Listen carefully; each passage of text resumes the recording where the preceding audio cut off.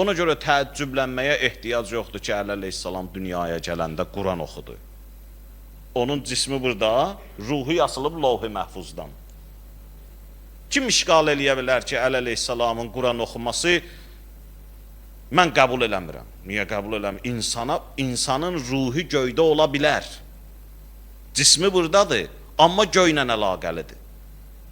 Bunu bir dəfə danışmışdıq. Deyir,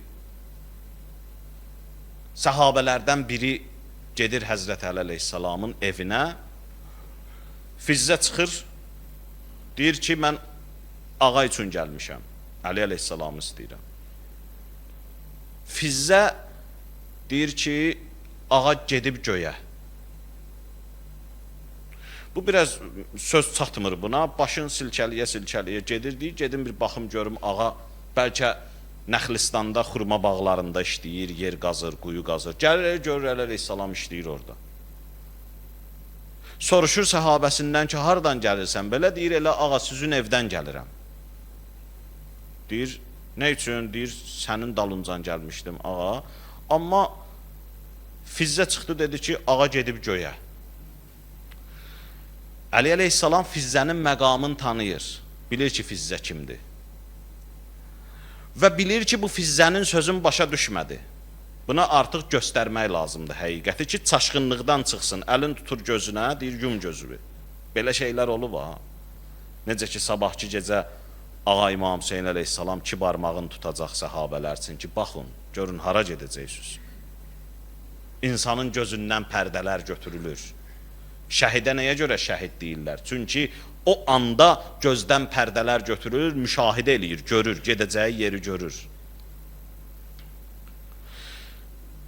Deyir, nə görürsən? Deyir, ya əmirəl müminin, bütün dünyanı ovcuğun içərisində bir dən misalı görürəm.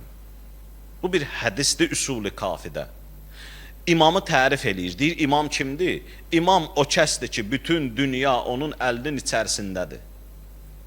İndi elm inkişaf eləyir, o qədər inkişaf eləyir.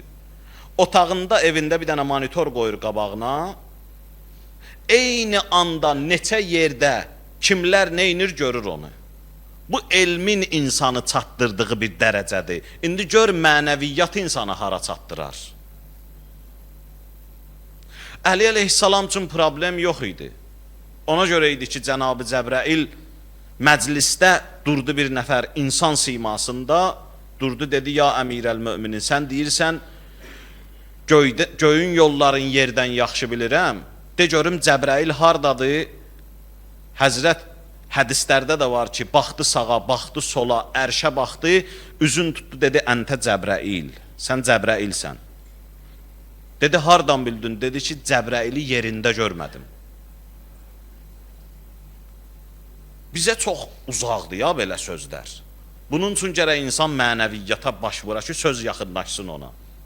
Sözüm oradadır ki, İmam Hüseyin əleyhissalam buyurdu, göylə yerin fasiləsi bir duanın qəbulluğu qədərdir.